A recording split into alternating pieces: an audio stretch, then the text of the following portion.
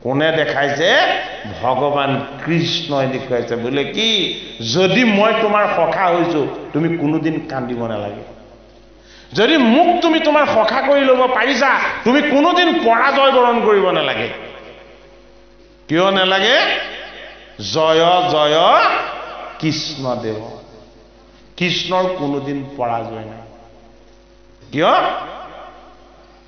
তেওঁৰ সদায় জয় যেহেতু তেওঁ আত্মা পৰমাত্মা পৰম তত্ত্ব কৃষ্ণ অৱতাৰ তেওঁ পৰাজিত হৈ দেখাইছে কাৰ ওচৰত বৈষ্ণৱ ভীষ্মৰ ওচৰত যুদ্ধ নহৰো বুলি মই প্ৰতিজ্ঞা কৰিছিলো কিন্তু ভকতৰ প্ৰতিজ্ঞা ৰক্ষা কৰিবৰ কাৰণে মই মোৰ নিজৰ প্ৰতিজ্ঞা ভংগ কৰিলো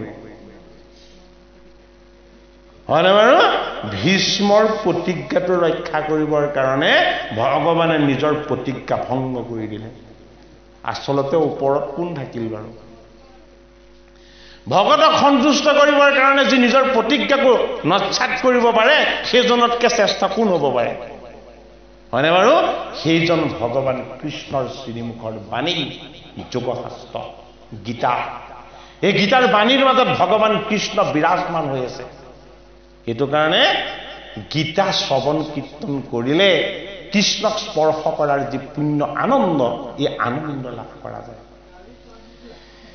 হে ৰাম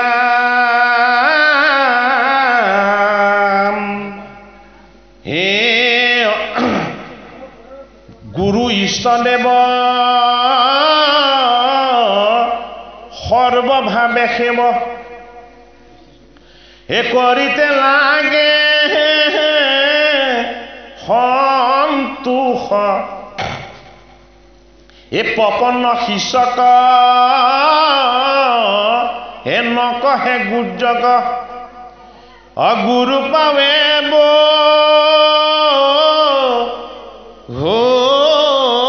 দোষ শোক মোহে মন হে দ্ৰহে ইন্দ্ৰিগণ হে ভমে যে নমো ৰমতি অকন্তকামহী হে পাতালো নালাগে হে আৰু নুহু ৰপতি হে অনিমাকবাদী পাওঁ অস্ত্ৰনিধি অজেদি পাওঁ তলোক হে এতে কক পাই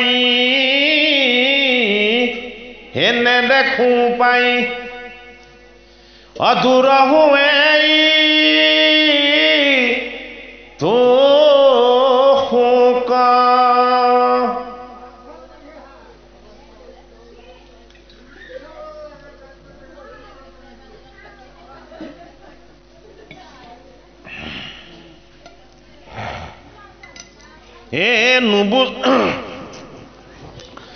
নুবুজিবু বুলি প্ৰতিজ্ঞা কৰিয়া হে মনে ৰহিল তবসি অৰ্জুনক চাই হে কৃষ্ণ বুলি লন্দ হে অল্প কৰি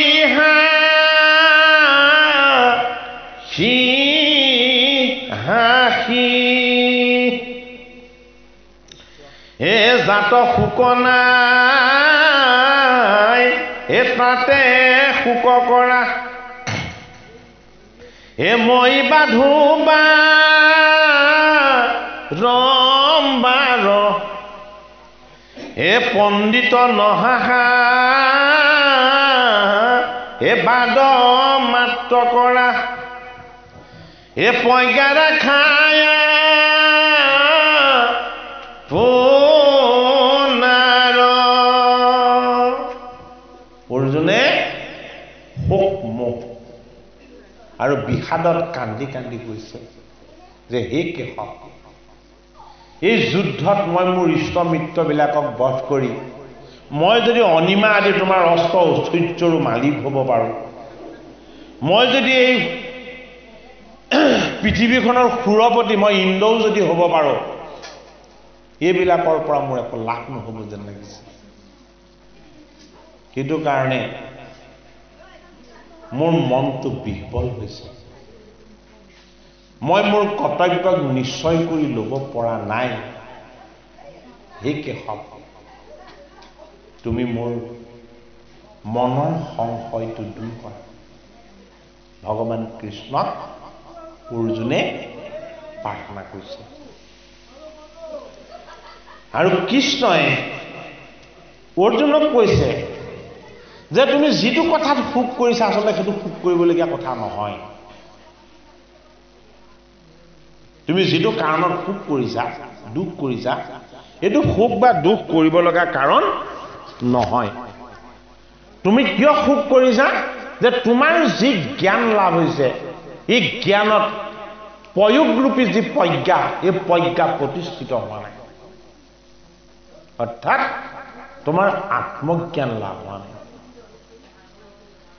তোমাৰ বিষয় জ্ঞান লাভ হৈছে। তুমি বিষয়ৰ দৃষ্টিৰে, পাৰ্থিৱ দৃষ্টিৰে গোটেই বস্তুটো তুমি নিৰীক্ষণ কৰিছা। তুমি অন্তৰ দৃষ্টিৰে, আত্মদৃষ্টিৰে তুমি কথাখিনি তুমি চাব জনা নাই। সেইটো কাৰণে হে অৰ্জুন, তুমি এনেদৰে কৈছা আৰু তুমি কান্দিব লগা হৈছে। হে অবা সব্যসাচী, হে মূৰ্খে পণ্ডিতালী, হে কৰা পণ্ডিত কসাই, তীৰ্থযাত্ৰা কালে হে ভগিনী হৰিলে, হে তাত কিছু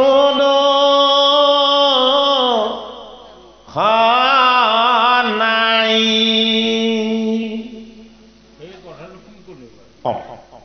হে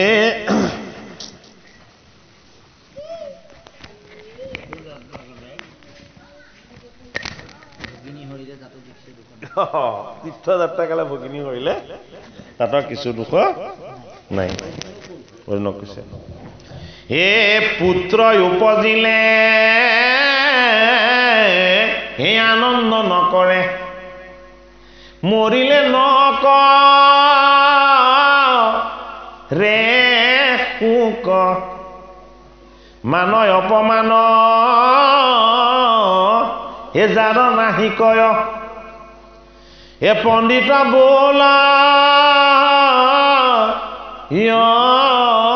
লোক, মৰণ জীৱন সকলে হে ভ্ৰম, সুখ দুখ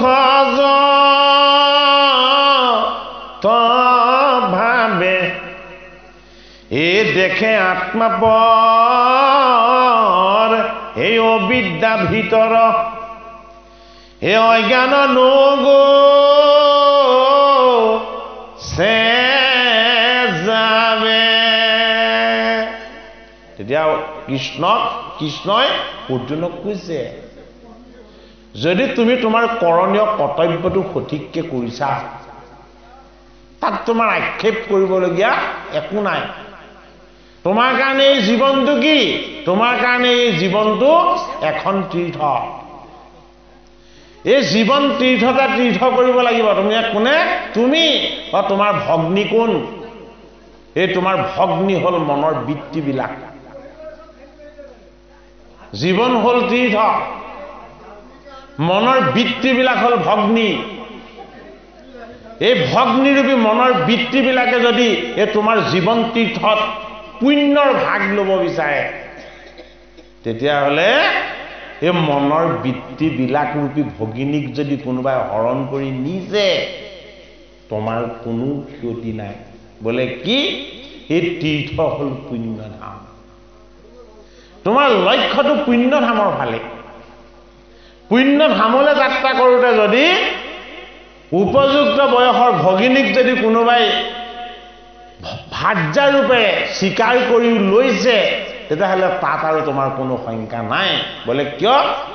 তেওঁ সেইজনলৈ মনে চুৰকে যোৱা নাই বা ইচ্ছাৰে যোৱা নাই। পুণ্য অৰ্জন কৰিবৰ কাৰণে তীৰ্থলৈ যাওঁতে সেই ঘটনাটো ঘটিছে। গতিকে হে অৰ্জুন, তুমিও এই জীৱন তীৰ্থলৈ আহিছা পুণ্যৰ ভাগ ল'বৰ কাৰণে। এই জীৱনৰ পুণ্যৰ ভাগ যদি তুমি ল'ব বিচাৰিছা, তেতিয়াহ'লে তুমি সুখ মোহ হাঁহি কান্দোন হৰ্ষ বিষাদ এইবিলাক তুমি চব নিজে নিৰ্মাণ কৰি লৈছা। পণ্ডিতজনে কোনোদিন আনন্দটো অধীৰ হৈ নপৰে, বিষাদতো হতাশগ্ৰস্ত হৈ ভাগি নপৰে। এই বস্তুটো ভিন্নজনে ভিন্ন মতে বুজোৱা দেখিবলৈ পোৱা যায়, যাৰ কাৰণে মানুহৰ মনত খেলি মেলি লাগে। আমি এজন শ্ৰোতা হিচাপে আপোনাক জানিবৰ কাৰণে সুধিছো, এই কথা হ'ল কি, কোনো বিজ্ঞ লোকে ক'ব খোজে যে এইটো হ'ল গোবিন্দ মিশ্ৰৰ নিজামত, যে হে অৰ্জুন, তুমি পণ্ডিতৰ গুণ থকাৰ পিছত তুমি মূৰ্খৰ দৰে কথা কৈছা। য'ত নেকি মূৰ্খই উক্তি কৰে তীৰ্থকালত নিজৰ ভগ্নীক হৰণ কৰি নিলেও তাত কোনো দুখ নাই, সেইটো মূৰ্খৰ উক্তি বুলি কয়। এইটো গোবিন্দ মিশ্ৰৰহে মত বুলি কয়। এতিয়া আপুনি ক'লে এনেধৰণে, গতিকে অকণমান খেলি মেলিটো ভাগি তাৰমানে নিবন্ধকাৰে গীতাভাগ নিৰ্মাণ কৰোঁতে কিছুমান উপমা তুলনাৰ সহায় লৈছে, যিখিনি আচলতে মূল গীতাত নাই। হয়নে? ভৃগু পৰীক্ষাৰ কথাটো আছে, দ্ৰৌপদীয়ে অন্নৰ শাক পাতটো খাই কৃষ্ণ সন্তুষ্ট হোৱাৰ কথাও আছে। হয়নে? এইখিনি বেলেগ বেলেগ উপমা বা ৰূপক তেখেতে আনিছে, কিন্তু তাৰ তত্ত্বগত অৰ্থটো হ'ল তীৰ্থ হ'ল আচলতে জীৱন তীৰ্থ। ভগিনী তত্ত্বটো হ'ল আমাৰ মনৰ বৃত্তি। এইটো কাৰণে গোবিন্দ মিশ্ৰ অতি তত্ত্বদৰ্শী এজন পণ্ডিত আছিলে। গীতাৰ ভাৱবিলাকক বোধবিলাকক ঈশ্বৰ তত্ত্বৰে পৰিপূৰ্ণ কৰিবৰ কাৰণে অৰ্জুনক ক'ব বিচাৰিছে যে তুমি ঈশ্বৰৰ অংশ জীৱ। হয়নে? এই জীৱ হৈ তোমাক আনিছে কি কৰিবৰ কাৰণে? তীৰ্থ কৰা মানে আচলতে পুণ্যৰ ভাগ লোৱা। পুণ্যৰ ভাগ ল'বলৈ যাওঁতে যদি নঘটিব লগা কিবা এটা ঘটনা ঘটিও যায়, তাত সেইজন আচলতে দোষী নহয়। সেই ৰূপক বা সেই তুলনাটোকে দিছে যে পণ্ডিতসকলে সেইটো মত যদিও আৰোপ কৰিছে, কিন্তু সেই পণ্ডিতৰ মতটোক তুমিও একেবাৰে এনেকৈ খামুচি ধৰিব নেলাগে। তোমাৰ যিটো কৰণীয় কৰ্তব্য, তোমাৰ তুমি কৰণীয় কৰ্তব্যটোৰ ফালে দৃষ্টি দিয়া। এতিয়া আমাক কি বুলি ক'ব? হে ক'লে এইখিনি যে পুত্ৰ উপজিলে, সাধাৰণতে পুত্ৰ সন্তান এটি যদি লাভ হয়, হয়নে, অতি আনন্দৰ বাৰ্তা প্ৰত্যেকজন সংসাৰীয়ে, হয়নে বাৰু? কিন্তু যিজন বিজ্ঞ লোক, তেওঁ কি বুলি ভাবিবৰ থল আছে যে মোৰ যি দুখ কষ্ট জীৱনটোত পাইছো, ইও এইখিনিয়ে মুখামুখি হ'ব লাগিব। হয়নে বাৰু? যদিও আনন্দ এটা আছে, কিন্তু জীৱনৰ যিখিনি যান্ত্ৰণা সেইখিনিও মুখামুখি হ'ব লগা হ'ব। গতিকে ইয়াত ইমান আনন্দৰ কথাও নাই। এই যে ধীৰ স্থিৰ হ'ব পৰাৰ যিটো চিন্তন, হে মৰণ জীৱন সকলেহে ভ্ৰম, সুখ দুখ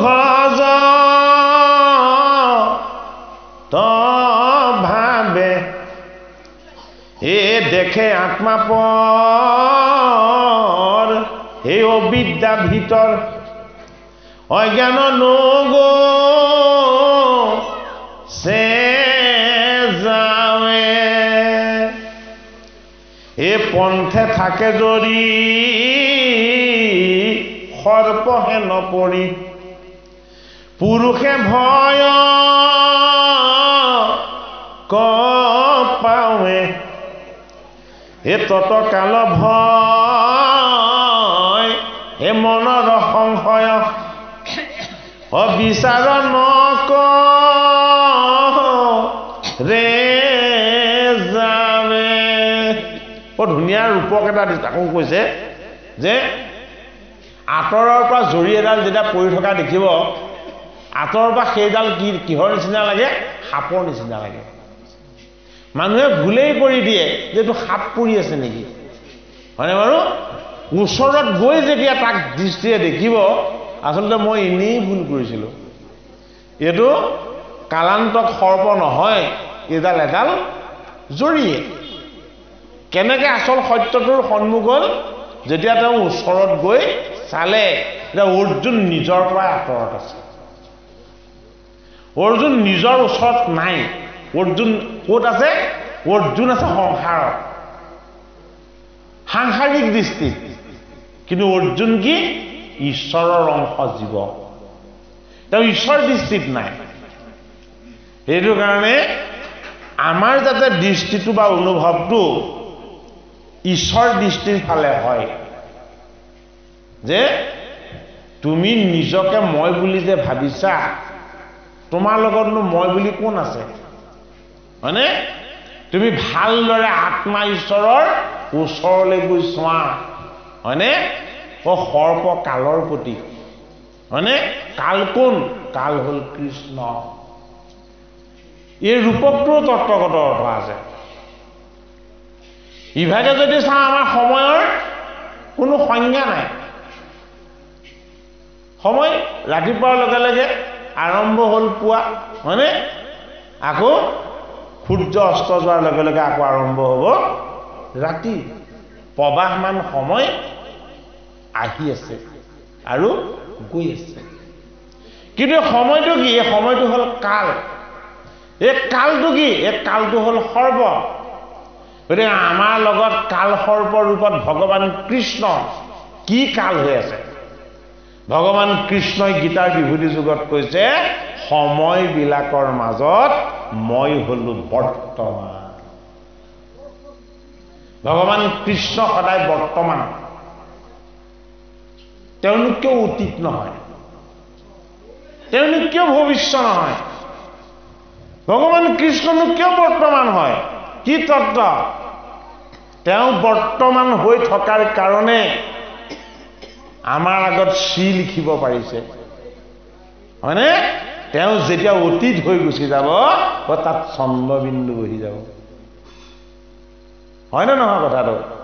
সেইটো কাৰণে আমাৰ লগত তেওঁ যেতিয়ালৈকে বৰ্তমান হৈ থাকিব, তেতিয়ালৈকে আমি চৈতন্য হৈ থাকিম। এই জগতৰ প্ৰতিটো বস্তুত, প্ৰতিটো কণিকাত ভগৱান কৃষ্ণ বিৰাজমান। বোলে কি? জগতত কৃষ্ণ শূন্য স্থান ক'তো নাই। সকলো স্থানতে সমভাৱে কৃষ্ণ আছে। বোলে কিয়? মই যে নিৰাকাৰ। আপুনি মই ঘৰ এটা বনাইছো কাৰণে ইয়াত আকাৰ আছে, হয়নে নহয়? একো নাথাকিলেতো নিৰাকাৰ, হয়নে নহয়? গতিকে যিমান আকাৰ শূন্য বৰ্জিত বস্তু আছে, সকলোৱে কৃষ্ণ। সেইটো কাৰণে নিব্বাণস্থিত মুনিজনে নিজক আকাৰৰ পৰা বিকাৰৰ পৰা মুক্ত কৰিবৰ কাৰণে প্ৰজ্ঞা প্ৰতিষ্ঠিত ঈশ্বৰৰ যি তত্ত্বগত লক্ষণ, এই লক্ষণবিলাকক তেওঁৰ মাজত অনুভৱ কৰিব বিচাৰে। সাংখ্য যুগত অৰ্জুনক, মধ্যম পাণ্ডৱক ভগৱান কৃষ্ণই সেই অনুভৱখিনি কৰাব। বোলে কি? মোৰ অবিহনে তুমি এডাল সেই ৰাস্তাত পৰি থকা জৰি, চেতনা শূন্য জৰি। মই তোমাৰ ওচৰত, যদি তুমি মোক প্ৰত্যক্ষ কৰি যা, এই জৰিডাল সঁচা নে মই সঁচা তুমি বুজি লোৱা। বোলে কি? তোমাৰ জীৱনৰ মই আয়ুৰেখাৰূপী জৰি। এই আয়ুৰেখাডালেই হ'ল জগতৰ হৰি কাল সৰ্ব, হয়নে? এই আয়ুৰেখাডাল জন্মৰে আৰম্ভ হয়, মৃত্যুৰে সমাপ্ত হয়। জন্ম আৰু মৃত্যুৰ মাজত আমি জীৱবিলাক বাচি থাকো। এই মাজৰ সময়টোত যাক পোৱা যায়, সেইজন মধ্যম। যদি বৃত্তিবিলাক পাৱনকাৰী হয়, ভাল হয়, তেতিয়াহ'লে পাণ্ডৱ। সেইটো কাৰণে মধ্যম পাণ্ডৱক কৈছে। কি? গীতা শাস্ত্ৰ। ক'ত কৈছে? যুদ্ধ ক্ষেত্ৰখনৰ মধ্যম স্থানত ৰথখন ৰাখি দিয়া হৈছে। অৰ্জুনে কৈছে তুমি ৰথখন নি মধ্যম স্থানত ৰাখা। মধ্যম স্থানত ৰখাৰ যিটো তত্ত্ব, হয়নে? আমি প্ৰত্যেকেই মধ্যমত ৰৈ আছো। এই জীৱনী যুদ্ধ ক্ষেত্ৰ ক'ৰ মধ্যত ৰৈ আছো? জন্ম আৰু মৃত্যু। এই জন্ম আৰু মৃত্যুৰ মধ্যত আমাৰ লগত দুটা পক্ষ, যিদৰে দুখন হাত, দুটা চকু, দুখন কাণ, দুটা ভৰি, জগতৰ হৰি আমাক যিদৰে জন্মসূত্ৰে আমাক দি পঠাইছে, ভগৱান কৃষ্ণই আমাৰ লগত দুটা পক্ষ দি পঠালে। এটা পক্ষৰ নাম হ'ল কৌৰৱ, অন্যটো পক্ষৰ নাম হ'ল পাণ্ডৱ। পাণ্ডৱৰ পিতৃ হ'ল পাণ্ডু আৰু কৌৰৱৰ পিতৃ হ'ল ধৃতৰাষ্ট্ৰ। হয়নে বাৰু? এই কৌৰৱ আৰু পাণ্ডৱ দুইজনৰেই খুৰাক কিন্তু এজন। খুৰাক কোন? দাসীৰ পুত্ৰ বিদুৰ। বিদুৰ খুৰাক থাকে কাৰ লগত? পাণ্ডৱলৈ চাই থাকে, থাকোঁতে কৌৰৱৰ লগত থাকে। হয়নে বাৰু? ঐ বিদুৰ খুৰা হ'ল আমাৰ জীৱ। এইটো কাৰণে আগৰ জন্মত ধৰ্ম আছিলে।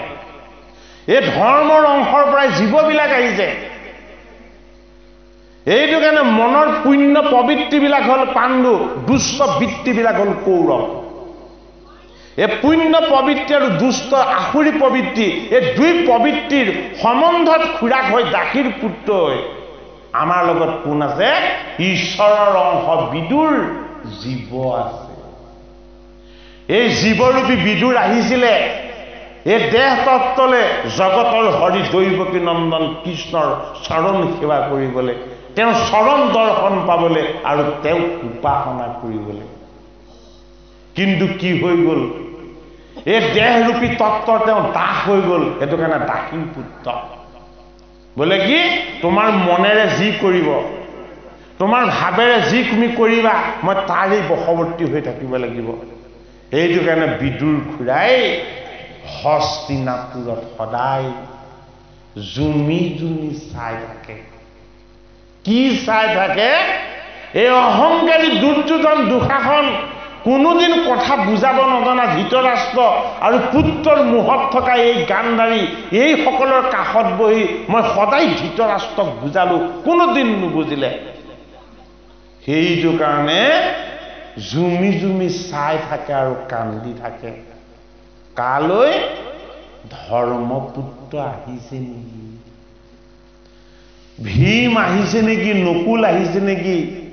সহদেৱ আহিছে নেকি? এই পঞ্চ পাণ্ডৱ ওচৰলৈ আহিছে নেকি? বিদুৰে জুমি জুমি চাই থাকে। কিয় চাই থাকে? পঞ্চ পাণ্ডৱৰ সভাসদ কৃষ্ণ। যদি পঞ্চ পাণ্ডৱ আহে তেতিয়াহ'লে কৃষ্ণ আহিব লগত। কৃষ্ণ অকলে আহিব নোৱাৰে নেকি? সকলোতেইতো কৃষ্ণ বিৰাজমান। কৃষ্ণ অকলে নাই। কিয়? কৃষ্ণক আনিব লাগিব। কৃষ্ণ যদিও সৰ্বত্ৰ বিৰাজমান, কৃষ্ণক চৈতন্য কৰিব লাগিব। বোলে কি? মোক চৈতন্য তুমি কৰাব লাগিব। মই এনেও চৈতন্য, তোমাৰ কাৰণে তুমি চৈতন্য কৰি ল'ব লাগিব। সেইটো কাৰণে আজি সেৱকীয়ে এই গীতা পাঠ আয়োজন কৰিছে। কৃষ্ণক চৈতন্য কৰা হৈছে। এই কৃষ্ণৰ চৈতন্য তত্ত্বৰ ভাগ প্ৰত্যেকজনকে দিয়া হৈছে। প্ৰতিটো জীৱই বিদুৰ। এই জীৱৰ লগত দেহৰ ভোগবিলাক আৰু আনন্দ, অজ্ঞান আৰু অবিদ্যাবিলাক হ'ল ধৃতৰাষ্ট্ৰ। এই দুষ্ট বৃত্তিৰ ভাৰ্যাৰূপী যিবিলাক বন্ধন, এই বন্ধনবিলাক হ'ল গান্ধাৰী। গান্ধাৰী মাতাৰ এটা দুখ চক। ভগৱান কৃষ্ণ যেতিয়া তেওঁলোকৰ তালৈ দূত হৈ গৈছিলে, গান্ধাৰীয়ে নিজৰ পতি খুলি এবাৰ কৃষ্ণক চোৱাৰ ইচ্ছা নকৰিলে। কিন্তু অহংকাৰী দুৰ্যোধনক যাতে কোনেও বধ কৰিব নোৱাৰে, তাৰ কাৰণে তেওঁ দৃষ্টিৰ পতি খুলি দিলে। কেতিয়া খুলিব লাগিছিল আৰু কেতিয়া খুলিলে? থাকিবনে তেনে মাতৃৰ পুত্ৰ এই পৃথিৱীত? যি কৃষ্ণক চাবলৈ দৃষ্টি খুলিব নোৱাৰে, দুৰ্যোধন ৰূপী অহংকাৰক অমৰ কৰিবৰ কাৰণে তেওঁ ঢাকি ৰখা দৃষ্টিটো খুলি দিব পাৰে। গতিকে এনে ঘটনা কেতিয়াও ভাৰত ভূমিত ঘটিব নোৱাৰে। দুটা পক্ষ, দুখন হাত, দুটা ভৰি, দুটা চকু, দুখন কাণ, জগতৰ হৰিয়ে যদিও আমাক দি পঠিয়াইছে, মধ্যম স্থানত ৰথখন ৰাখি বাসুদেৱ কৃষ্ণই যেতিয়াই দিলে, অৰ্জুনে তেতিয়া দৃষ্টি দি দিলে। কলৈ দৃষ্টি দি দিলে? যিটো প্ৰতীকৰ বেয়া, কৌৰৱ। বেয়াবিলাক আমাৰ গাত প্ৰথমতে কিহেৰে প্ৰৱেশ হয়? চকুৰে প্ৰৱেশ হয়। দ্বিতীয়তে কিহেৰে প্ৰৱেশ হয়? কাণেৰে প্ৰৱেশ হয়। তৃতীয়তে কিহেৰে প্ৰৱেশ হয়? ভাৱেৰে প্ৰৱেশ হয়। চকু, কাণ আৰু ভাৱ। মধ্যম পাণ্ডৱ অৰ্জুনে ব্ৰহ্ম মুহূৰ্তত গৈ দ্বাৰকাৰ পৰা জয় কৰি অনা ৰথৰ সাৰথি কৃষ্ণক তেওঁ পিছফালে ৰাখি সন্মুখৰ ফালে থকা মনৰ ভ্ৰমৰূপী ধৃতৰাষ্ট্ৰ, দ্বৈত বুদ্ধিৰূপী দ্ৰোণাচাৰ্য, অহংকাৰৰূপী দুৰ্যোধন, হিংসাৰূপী দুঃশাসন, পাপৰূপী শল্য আৰু আসক্তিৰূপী অশ্বত্থামা, এই বিকাৰযুক্ত বস্তুবিলাকৰ ফালে তেওঁ যেতিয়াই দৃষ্টি দি দিলে, লগত জয় কৰি অনা কৃষ্ণক পাহৰি থাকিলে। বেয়া বস্তুলে দৃষ্টি দিব নোৱাৰিব। ভগৱান কৃষ্ণই মধ্যম পাণ্ডৱ অৰ্জুনক কৈছে, তুমি কিয় হুককে কান্দিছা? কোন আপোন আছে তোমাৰ? এই দুৰ্যোধন ৰূপী অহংকাৰক যদি তুমি আপোন কৰি লোৱা, এই দুঃশাসন ৰূপী হিংসাক যদি তুমি ভাতৃ কৰি লোৱা, এই দ্ৰোণাচাৰ্য ৰূপী দ্বৈত বুদ্ধিবিলাকক যদি তুমি আচাৰ্য পাতি লোৱা, তেতিয়াহ'লে তোমাৰ ক'ত জয় হ'ব? তুমি কেনেকৈ যুদ্ধ কৰিবা? গতিকে আমাৰ পক্ষত থাকিব লাগিব আত্মা, আমাৰ পক্ষত থাকিব লাগিব সচ্চিদানন্দ কৃষ্ণ। সেইটো কাৰণে কৃষ্ণৰ তত্ত্বটো কি? অ হে কৃষ্ণ তুমি মাত্ৰ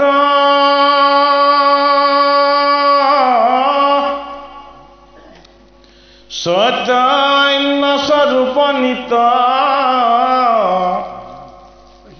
এ সত্য শুদ্ধ জ্ঞানয় অখণ্ডিত, এয়া অৰজতে কইটো এ তোমাৰ বিনোদ ৰূপ, ও চৰাচৰ মায়াৰে কল পিত,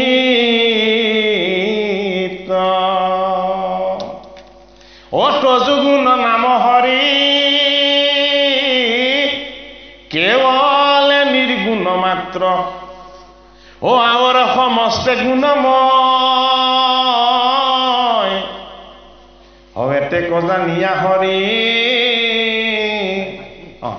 তোমাৰ ৰসামক মাত্ৰ, অকৰিলো সাৰ কৃপা ময়। ধূপটো আঁতৰলৈকে মোক কাঢ়িছো, তাৰ জপনা ফাল। গতিকে আমি কি বুজিব লাগিব এতিয়া? দুটা পক্ষ আমাক দি পঠিয়াইছে। এটা পক্ষই বিচাৰে কৃষ্ণক, অন্যটো পক্ষই কৃষ্ণক বিচৰা সকলক সদায় হিংসা কৰে। কৃষ্ণক কোনে বিচাৰে? ধৰ্মপুত্ৰ যুধিষ্ঠিৰে। এই যুধিষ্ঠিৰে কৃষ্ণ অহাৰ লগে লগে কয়, হে কেশৱ, তুমি আমাৰ মনত সন্তাপ নিদিবা। কৃষ্ণই হাঁহি হাঁহি কয় যে মইনো তোমালোকক কি সন্তাপ দিম যে তুমি আমাৰ পৰা গুচি যোৱাতে আমাৰ মনৰ দুখ, তুমি আমাৰ লগতে থাকিবা সদায়, তুমি আমাৰ পৰা আঁতৰ হৈ যোৱাটোতকৈ আমাৰ ডাঙৰ দুখ একো নাই। গতিকে কৃষ্ণৰ নাম, কৃষ্ণৰ গুণ, কৃষ্ণৰ যশ সদায় ৰাখিব লাগিব। কাৰ কাৰণে? ধৰ্মৰ কাৰণে। ধৰ্মক্ষেত্ৰ। ধৰ্ম কোন? ধৰ্ম আমাৰ আত্মা। এই আত্মাৰূপী ঈশ্বৰে আমাক ধাৰণ কৰি আছে। এই দুটা পক্ষক তেওঁ নিয়ন্ত্ৰণ কৰি আছে। সন্মুখৰ ফালে কৌৰৱ আৰু পৃষ্ঠফালে কৃষ্ণই হাঁহিছে, বোলে কি ময়ী পাণ্ডৱ। সেইটো কাৰণে গীতাৰ বিভূতি যুগত ভগৱান কৃষ্ণই কি বুলি কৈছে যে মই মধ্যম পাণ্ডৱ। হে অৰ্জুন, পাণ্ডৱসকলৰ মাজত মই কোন? মই মধ্যম পাণ্ডৱ। গতিকে মধ্যম পাণ্ডৱ কৃষ্ণ জীৱৰূপ, বোলে কি মই পৰমাত্মাৰ অংশ, মই কৃষ্ণ অনন্ত কোটি ব্ৰহ্মাণ্ডৰ ঈশ্বৰ। এই জীৱ আৰু মোৰ মাজত তত্ত্বগত ভেদ নাই, গুণগত ভেদ আছে। তত্ত্বগত ভেদ নাই। সেইটো কাৰণে অৰ্জুনক এতিয়া সাংখ্য জ্ঞান দিব বিচাৰিছে। কাক আপোন বুলি ক'লা? তুমি কাক কুটুম্ব বুলি ক'লা? কোনজন তোমাৰ আপোন, কোনজন তোমাৰ কুটুম্ব? তুমিতো ব্ৰহ্মপুৱাতেই জয় কৰি আনিছিলা এই বাসুদেৱ কৃষ্ণ, আৰু এতিয়া কৃষ্ণক তুমি পৰ কৰিলা, আঁতৰ কৰিলা। তোমাৰ বুলি নিজৰ বুলি কৌৰৱসকলক তুমি এতিয়া আপোন কৰি লৈছা। এইটো তোমাৰ অজ্ঞান নহয় জানো? এই আপোন পৰ ভেদভাৱ তোমাৰ দৃষ্টিলৈ কিয় আহিলে? কৃষ্ণত শৰণাপন্নজনৰ কেতিয়াও আপোন পৰ ভেদভাৱ আহিব নেলাগে। হে যেন বাল্য দেহ হে ধৰি উপজয়, হে যোৱা হৈ মহয় ধকালে, হে বাল্য যোৱা দুয়ো হে স্থানান্তৰ হয়, অবৃদ্ধ অৱস্থা ক পাইলে, বাল্য যোৱা জৰা হে তৃণীয় অৱস্থা, একেদেহে পা বেলোক, হে বাল্য গুচি যেবে হে যোৱা কপাৱয়, হে তাত কোন না হি শোক,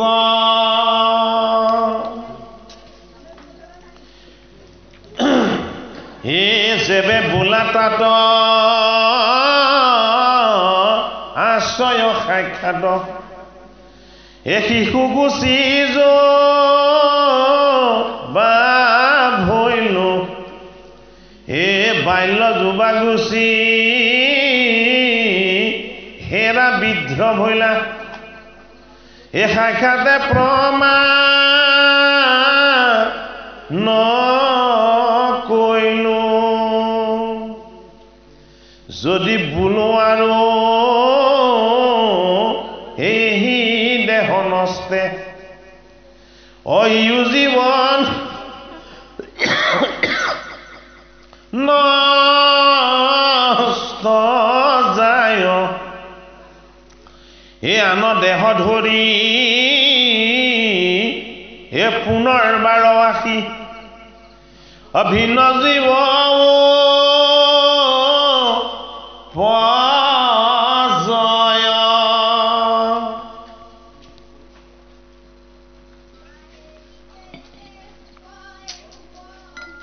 অৰ্জুনক ভগৱান কৃষ্ণই বুজাইছে, তুমি অকাৰণে কান্দিলা।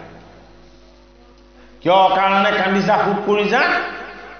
এইসকলক মৃত্যু তুমি দিব নোৱাৰা। এইসকলৰ মৃত্যুৰ কাৰণ তুমি নহয়ও। হে অৰ্জুন, এইসকল এদিন শিশু আছিলে, এদিন কিশোৰ হ'ল, এদিন যোৱা অৱস্থা পালে আৰু এদিন বৃদ্ধ হ'ল। এই অৱস্থাবিলাকৰ পৰিৱৰ্তন হৈ আছে, তুমি দেখিছানে? বোলে দেখিছো। সময়ে সেইবোৰ কৰি থাকিব। সময়ৰ কৰ্মত তুমি কেতিয়াও হাত দিব নোৱাৰা। সেইটো কাৰণে তুমিনো কিয় তেওঁলোকক মাৰিম বুলি ভাবিলা? তুমি এই যুদ্ধখনক নিজৰ কৰ্তব্য বুলি কিয় ভবা নাই? তুমি ধৰ্ম ৰক্ষাৰ কাৰণে আহিছা, ন্যায়ক প্ৰতিষ্ঠা কৰিবৰ কাৰণে তুমি যুদ্ধ কৰিছা, তুমি ৰাজ্য ভোগ কৰিবৰ কাৰণে যুদ্ধ কৰা নাই। অৰ্জুনে কথাটো বুজা নাই, হয়নে? গতিকে ন্যায় আৰু সত্য প্ৰতিষ্ঠা হ'ব লাগিব। না আমাৰ জীৱনৰ ন্যায়টো কি? আমাৰ জীৱনৰ ন্যায়টো কি? জীৱনৰ ন্যায়টো হ'ল অন্যায় পথবিলাকক আমি সদায় আমাৰ পৰা আঁতৰ কৰি ৰাখিব লাগিব। এইটো জীৱনৰ ন্যায়। সেইটো কাৰণে বেয়া মানুহজনক নিন্দা কৰিব নালাগে। মানুহজনৰ লগত থকা বেয়াখিনিকহে আমি আমাৰ পৰা আঁতৰ কৰিবলৈ যত্ন কৰিব লাগে।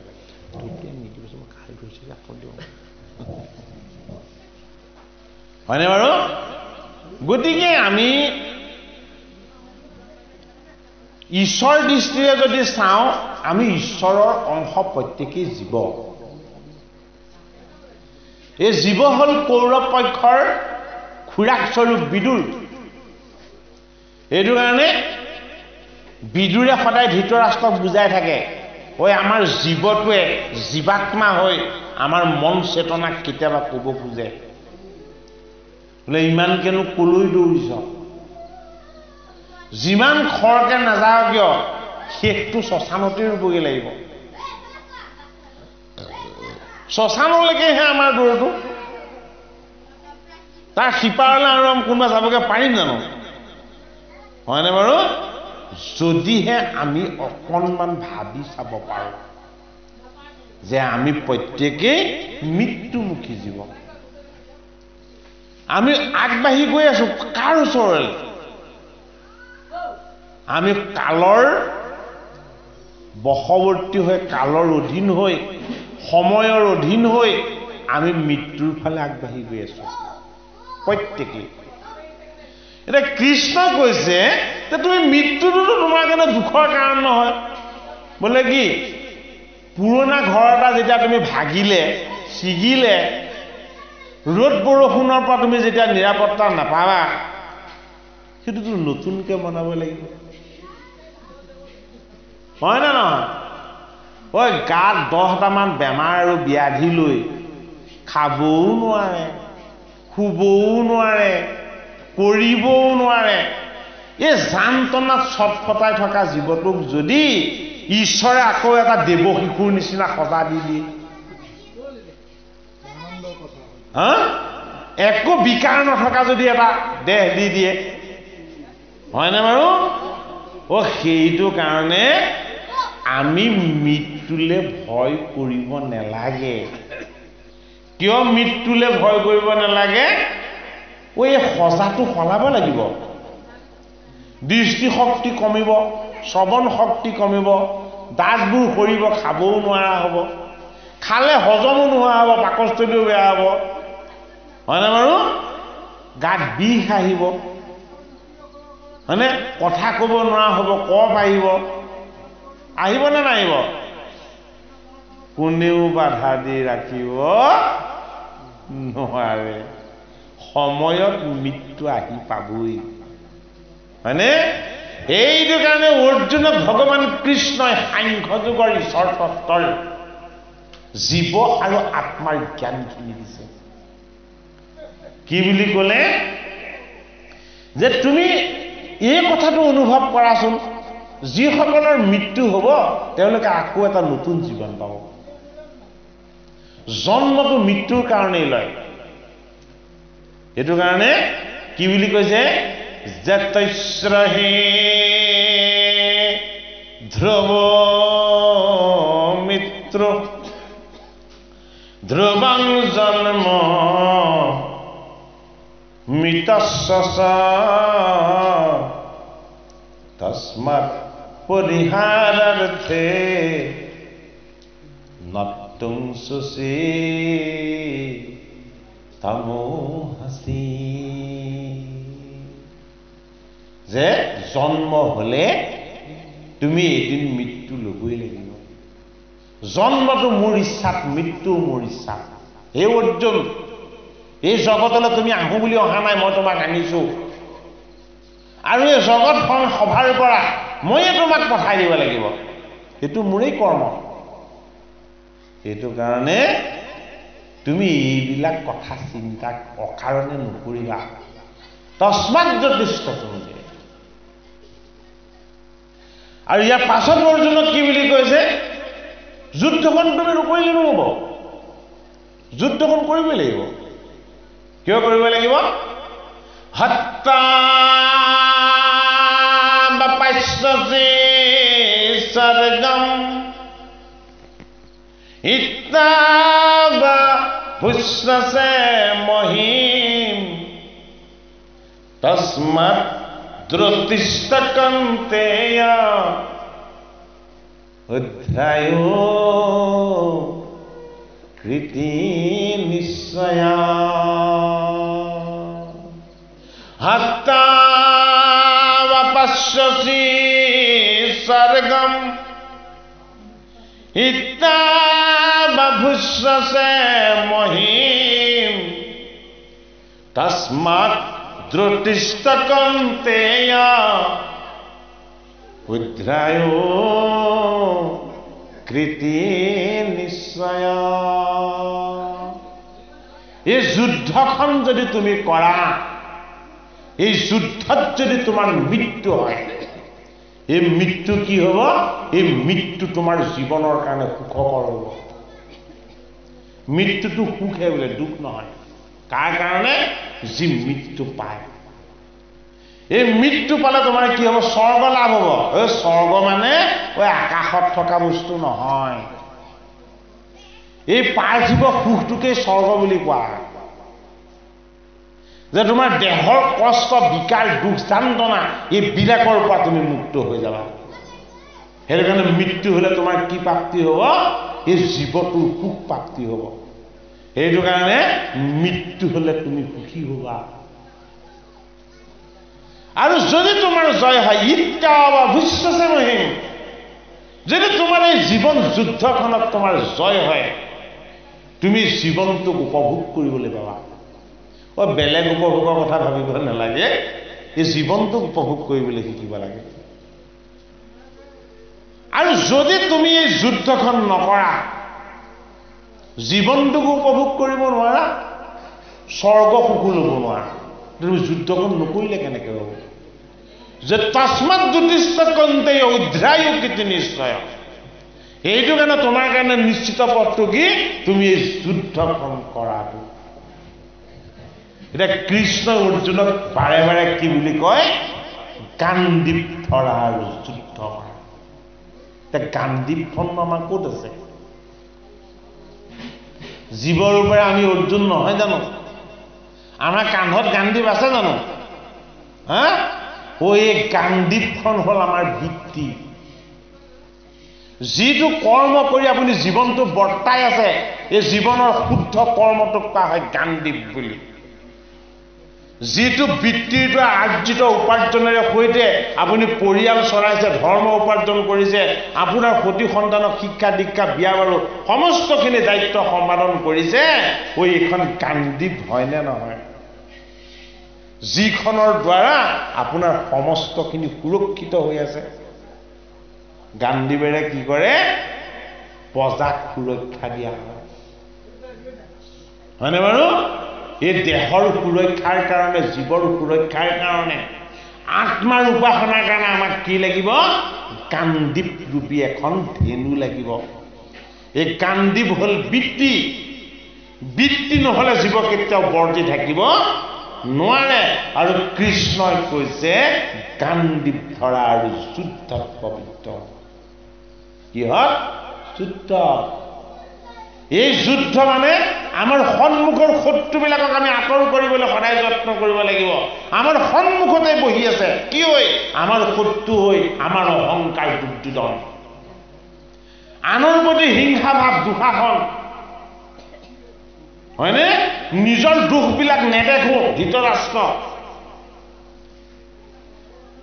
নিজৰ কোনো বেয়া চাব নিবিচাৰো, গান্ধাৰী, হয়নে?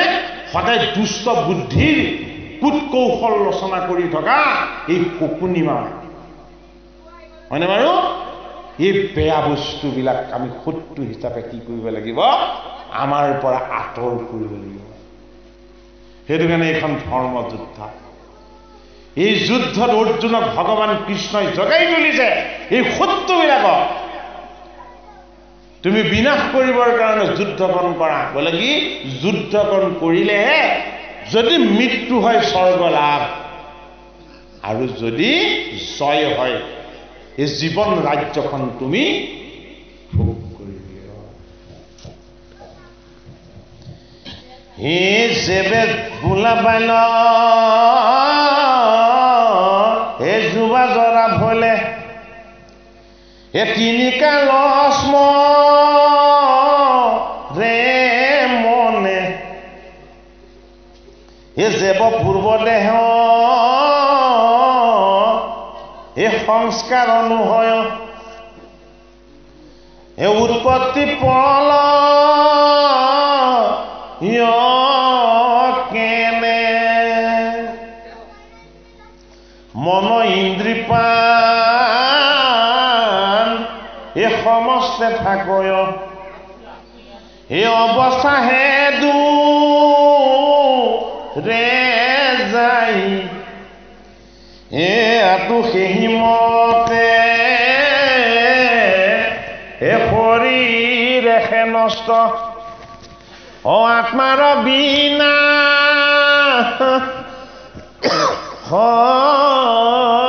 নাই অৰ্জুনক কথাটো বুজাই দিলে তোমাৰ ওচৰত অক্ষয়ব্য এটা বস্তু আছে এই অক্ষয়ব্য বস্তুটোৱে হ'ল আত্মা এই আত্মাৰ কোনোদিন বিনাশ নহয় তোমাৰ দেহৰ হে কৈ আছে তোমাৰ চালিকা শক্তি হ'ল আত্মা তুমি কিয় এই বস্তুটো অনুভৱ কৰিব পৰা নাই যিটো তোমাক চৈতন্য কৰি ৰাখিছে হে জীৱৰ মৰণ কহে যিটো জন হে সবে মিছাম হা ভাগ এ কৰ্মৰ সংস্কাৰে হে আন দেহ লবে এ পূৰ্ব দেহ ৰে ত্যাগ অৰ্জুনক কৰ্ম সংস্কাৰো দিছে ভগৱান কৃষ্ণ কিয় কৰ্ম সংস্কাৰো দিছে কৰ্মৰ সংস্কাৰৰ দিয়া জীৱই আকৌ বেলেগ এটা দেহ লাভ কৰে এইটো কাৰণে অৰ্জুনক ক'লে শৰ মাৰিলে এই দেহটোহে ইয়াত আঘাতপ্ৰাপ্ত হ'ব ইয়াত থকা জীৱ ই কৰ্ম অনুসৰি আকৌ বেলেগ এটা দেহ উপহাৰ পাব গতিকে এই দেহক ধাৰণ কৰা যি মোৰ চৈতন্য আত্মতত্ত্ব আত্মা এই আত্মাকটো একোৱে স্পৰ্শ নকৰে বোলে কি ইচ্ছাচিলা আনন্দ ই আনন্দময় ইয়াৰ লগত দুখ সুখ সন্তাপ একো সংযোগ নহয় কথাটো ভালদৰে বুজিবলৈ হ'লে এটা উদাহৰণৰ দ্বাৰা আমি চাব পাৰোঁ সূৰ্যৰ পোহৰৰ বিপৰীত দিশত আমাৰ গাৰ এটা ছাঁ পৰে নে নপৰে এই ছাঁটোক জানো কেতিয়াবা আমাৰ ভাৱ চিন্তা এইবিলাকে স্পৰ্শ কৰে নকৰে হয়নে বাৰু আমি যি পিন্ধি আছো ছাঁটোত সেইখিনি প্ৰতিফলন হ'লেও এই ছাঁটোত জানো শীত তাপ উষ্ণ এইবিলাকৰ কিবা প্ৰতিফলন ঘটে নঘটে কিন্তু আমি যলৈ যাওঁ পোহৰৰ বিপৰীত দিশত ছাঁটোতো সদায় থাকে নে নাথাকে হয়নে আত্মা ঈশ্বৰ এই ছাঁটোৰ দৰে এই কাইটোত সদায় লাগি আছে কিন্তু আমি অনুভৱ কৰিব নোৱাৰো কাৰণে আমি নিজক মায়া বুলি ভাবি ল'ব নোৱাৰো আমি নিজক মিছা বুলি ভাবি ল'ব নোৱাৰো আমাৰ নিজৰ সুখ ভোগ বিলাস বৈভৱ এইবিলাক আমি অকাৰণ বুলি ভাবিব নোৱাৰোঁ কিয় কাৰণ তত্ত্ব হ'ল ভগৱান কৃষ্ণ যে তুমিয়ে কৰ্তা যিমানখিনি কৰাই আছে আমি নিমিত্ত মাত্ৰ বোলে কি তুমি চৈতন্য শক্তি এই চৈতন্য শক্তি বা চেতনা শক্তিটোৱে হ'ল ভগৱন্ত প্ৰভু অৰ্জুনক এতিয়া সেই কথাটো বুজাব বিচাৰিছে বোলে কি জীৱৰ গতি আছে আত্মাৰ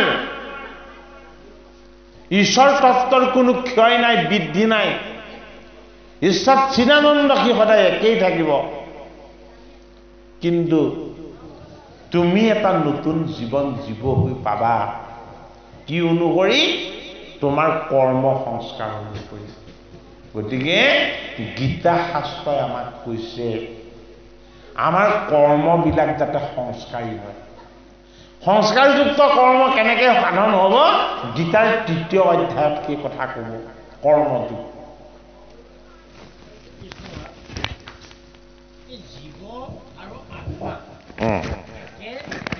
বেলেগ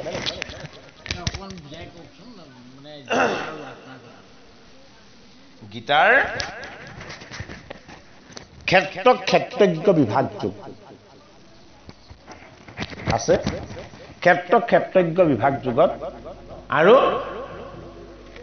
ৰাজবিদ্যা ৰাজগুহ্য যুগ এই দুটা যুগত জগতৰ হৰিয়ে জীৱ আত্মা ইয়াৰ তত্ত্ব কথাখিনি কৈছে আমি যদি চাওঁ আমাৰ লগত 3টা তত্ত্ব আছে এটা দেহ প্ৰকৃতি দেহ কি প্ৰকৃতি দেহ হ'ল পৰা প্ৰকৃতি দেহ হ'ল পৰা অপৰা প্ৰকৃতি দেহটো দেহক অপৰা প্ৰকৃতি বুলি কয় এই দেহটো পঞ্চভূতেৰে যদিও গঠিত হৈছে এই দেহৰ লগত অপৰা প্ৰকৃতি দেহৰ লগত ঈশ্বৰৰ এটা অংশ সংযোগ হ'ল এই ঈশ্বৰৰ অংশটো হ'ল পৰা প্ৰকৃতি পৰা প্ৰকৃতিটো কি পৰা প্ৰকৃতিটো বিনাশ নহয় গতিহে হয় অপৰা প্ৰকৃতিটো কি হয় অপৰা প্ৰকৃতিটো বিনাশ হয় এই পৰা আৰু অপৰা দুই প্ৰকৃতি ইহঁত কিন্তু চৈতন্য নহয় ইহঁত দুইটাৰ যদি সংযোগ হয় আত্মা ঈশ্বৰ তাত প্ৰত্যক্ষ হৈ দিব লাগিব আত্মা ঈশ্বৰ প্ৰত্যক্ষ কেনেকৈ হয় বায়ুৰ দ্বাৰা তেজৰ দ্বাৰা ৰক্তৰ দ্বাৰা মানে এই সকলোবিলাক তত্ত্বত আত্মা ঈশ্বৰ প্ৰৱেশ হৈ যায় মন ইন্দ্ৰিয় চিত্ত বুদ্ধি সমস্তবিলাকত এইটো কাৰণে মৌ বাহটোত মৌ সংগ্ৰহ কৰা কামখিনি মৌবিলাকে তেতিয়ালৈকে কৰি থাকে যেতিয়ালৈকে তাত ৰাণীজনী থাকে যেতিয়া ৰাণীজনী মৌ বাহৰ পৰা ওলাই গুচি যাব মৌবিলাকে আৰু তালৈ মৌ নিয়া কামটো নকৰে আত্মা ঈশ্বৰ যেতিয়ালৈকে থাকে এই 10 ইন্দ্ৰিয় একাদশ মন পঞ্চভূত এই সমস্তবিলাকেই এই মৌ মাখিৰ দৰে গুণগুণ গান গান কৰি থাকিব কিন্তু এই ৰাণী ৰূপী আত্মা ঈশ্বৰ যেতিয়া ইয়াৰ পৰা ওলাই গুচি যাব তেতিয়া আৰু ইয়াৰ একো চৈতন্য বা কাম নাথাকে সেইটো কাৰণে পৰা প্ৰকৃতি জীৱ অপৰা প্ৰকৃতি আমাৰ দেহ তত্ত্ব পঞ্চভূত আৰু ইহঁতক চৈতন্য কৰে পৰম তত্ত্ব হ'ল আত্মা এই আত্মাৰ বিষয়ে জনাৰ যিটো জ্ঞান এই জ্ঞানটোকে কৈছে কি বুলি সাংখ্য যোগ বুলি সেইটো কাৰণে গীতাৰ 2য় অধ্যায় সাংখ্য যোগ বাজনা সেৱাই কৃষ্ণ হে গোবিন্দ যে কয় হে বিষম বিষম হে মনে চিন্তা ঘনে ঘন ও যেন বেচানাৰী এ স্বামী থাকন দেও এ পৰপুৰুষ মন উপমাটো কিন্তু বৰ বেলেগ দিলে হয়নে যিগৰাকী নাৰীৰ স্বভাৱটো চঞ্চল নিজৰ প্ৰতি পৰমেশ্বৰ থকা সত্ত্বেও মনটো আকৌ বেলেগ এজনত দি থাকে হয়নে বাৰু ঐ আমাকে বুজাইছে আমি মনটো দিবলৈ আহিছিলোঁ ঈশ্বৰত চিত্তটো দিব লাগিছিল ভগৱন্তৰ চৰণত হয়নে আমি ক'ত দি থৈছোঁ গোটেইখিনি সংসাৰতে দি থৈছোঁ মন বুদ্ধি সকলো সংসাৰত দিছোঁ আকৌ প্ৰাৰ্থনাটো কি বুলি কৈছোঁ তুমি চিত্ত বৃত্তি মোৰ প্ৰৱৰ্তক নাৰায়ণ তুমি নাথ মই নাথ অন্ত এ চৰণ চতৰ ছায়া দিয়া দূৰ কৰা মায়া কৰা দায়া মোক ভগা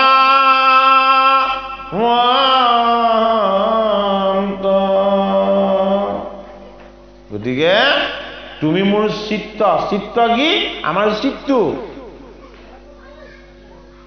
চিত্তটো হয়নে এই চিত্তত কি থাকিব লাগিব বৃত্তি বৃত্তি কি বৃত্তি হ'ল হৰি সেৱা উপাসনা হৰিক স্মৰণ হৰিৰ কীৰ্তন যে তুমিয়ে মোক চলাই আছা তুমিয়ে মোৰ মালিক তুমি চিত্ত বৃত্তি মোৰ মোৰ বুলি একো নাই সকলো তুমিয়ে কৰি আছা প্ৰৱৰ্তক নাৰায়ণ মোৰ মনৰ মাজত তুমি এইখিনি প্ৰৱৰ্তাই দিয়া তুমি কি মোৰ এই জীৱ পৰা প্ৰকৃতি দেহ অপৰা প্ৰকৃতি এই দুইটা বস্তুৰ তুমি মালিক তুমি কি তুমি নাৰায়ণ তুমি নিৰ্গুণ তুমি আত্মা তুমি পৰমাত্মা গতিকে আমাৰ মনটোক যাতে আমি বেয়া চঞ্চল হ'বলৈ নিদিওঁ এইটো কাৰণে তুলনাটো কাৰ লগত দিছে বেইছানাৰীৰ লগত দিছে শব্দটো শুনিবলৈ বেয়া নহয় জানো বাৰু কিন্তু আমাৰ যাতে মনটো এক ঈশ্বৰত হয় নহয়নে বাৰু আমি যাতে সংস্কাৰী হওঁ আমি যাতে ভগৱান দৈৱকী নন্দন কৃষ্ণৰ চৰণ চিন্তা কৰোঁ আৰু কৰ্তা বুলি যাতে তেওঁক আমি সদায় স্বীকাৰ কৰোঁ হেন জানি নৰ কৃষ্ণৰ চৰণ মধুপিয়াক নভৰি হে কৃষ্ণ বিনে প্ৰাণ কোনে আছে আন ডাকি বোলা হৰি হৰি হৰি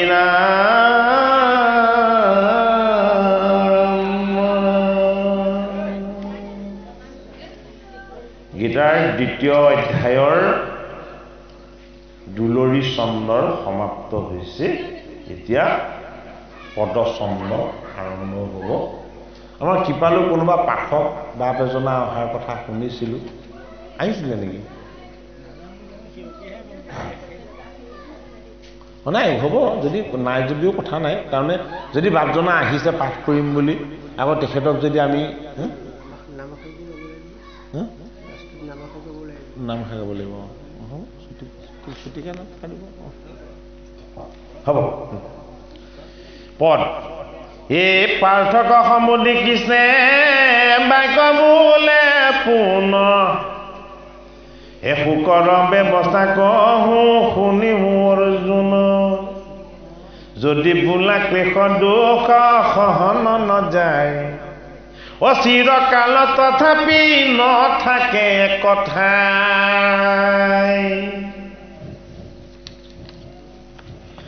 শীত উষ্ণ সুখ দুখ ইন্দ্ৰিয় বিষয়